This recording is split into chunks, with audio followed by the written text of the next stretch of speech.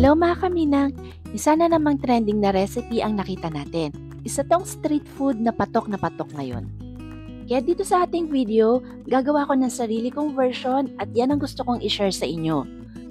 Pwede nyo rin tong gawing negosyo at pagkakitaan. Kaya tara, samahan mo ko sa aking kusina, mag-upisa na tayo magluto. Welcome to Minang's Kitchen! So para dire-diretso tayo mamaya, una muna natin gagawin yung sauce. Sa isang bowl, paghaluin natin yung mayonnaise, liver spread, asukal, asin, pamintang durog, kaunting liquid seasoning at calamansi extract. Haluin lang natin to na maigi hanggang ma-distribute natin yung lahat ng mga pampalasang inilagay natin. Kung gagawin nyo nga pala itong pang negosyo, pwede kayong magdagdag ng kaunting tubig para hindi ganun kalapot yung sauce ninyo. Then, adjust na lang kayo sa mga pampalasa. So, pagkatapos natin dyan, iset aside nyo na yan. So, ito, yung ginamit ko dito ay yung Chinese tofu. Gagawin natin, hahatiin muna natin yan sa gitna.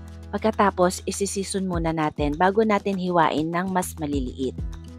So, maglalagay tayo ng asin at saka ng pamintang durog. Pagkatapos, i-massage nyo para ma-distribute yung mga pampalasang inilagay natin. Then, ganun din yung gagawin nyo dun sa kabilang side. Just in case na wala kayong makita na ganitong tofu, pwede naman yung mga tokwa na nabibili nyo sa palengke. Ngayon, pwede na natin yan hiwain into squares.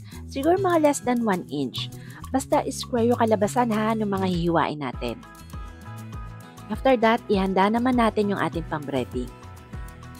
So, ang kailangan natin ay egg, cornstarch, at saka panko or Japanese breadcrumbs.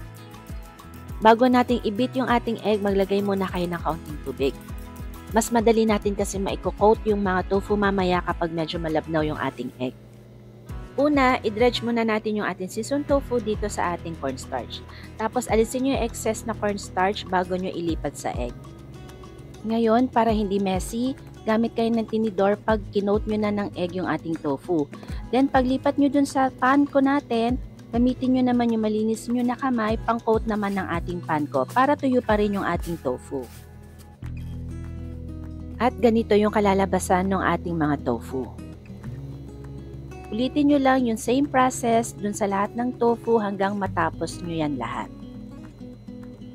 Kapag malapit na kayo matapos, pwede na kayo magpainit na mantika para diretso na kayo sa pagpiprito.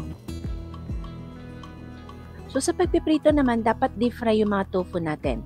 Mas mabilis at saka mas magiging pantay yung magiging luto ng ating mga tofu. Yung apoy naman ng mga kalan natin, dapat nasa medium lang. At bago nyo ihulog yung mga tofu, siguraduhin nyo na mainit na yung mantika. Actually, mabilis na yung pagluluto nito. Siguro mga 3 to 4 minutes or hanggang sa makita nyo na maging golden brown na yung mga tofu. Dapat habang piniprito nyo yan, babalik-baliktarin nyo rin para pantay yung magiging pagkakaprito. Mas maganda kung gagamit kayo ng ganitong strainer para tumulo yung mga excess oil. At ilipat nyo din yan sa isa pang strainer para naman mapanatili niyang crunchy yung mga tofu. Ngayon, kung hindi nyo pa yan kakainin lahat, huwag nyo muna iprito kasi mas maganda siya nang sineserve na bagong prito. And after this, let's do the plating at pwede na natin yan tikman. Kaya mga kaminang, kung gusto nyo ng mga bagong recipes, don't forget to subscribe. So ganito nila yan sineserve. Lalagyan nila yan ng sauce sa ibabaw yung ginawa natin kanina. Pagkatapos, optional lang kung gusto nyo ng chili oil. Pero masarap kapag may chili oil. Then, lalagyan nila yan ng spring onion sa ibabaw. At ito na mga kaminang ang aking version ng tofu squares. Sana ay nagustuhan nyo. Okay, kain na!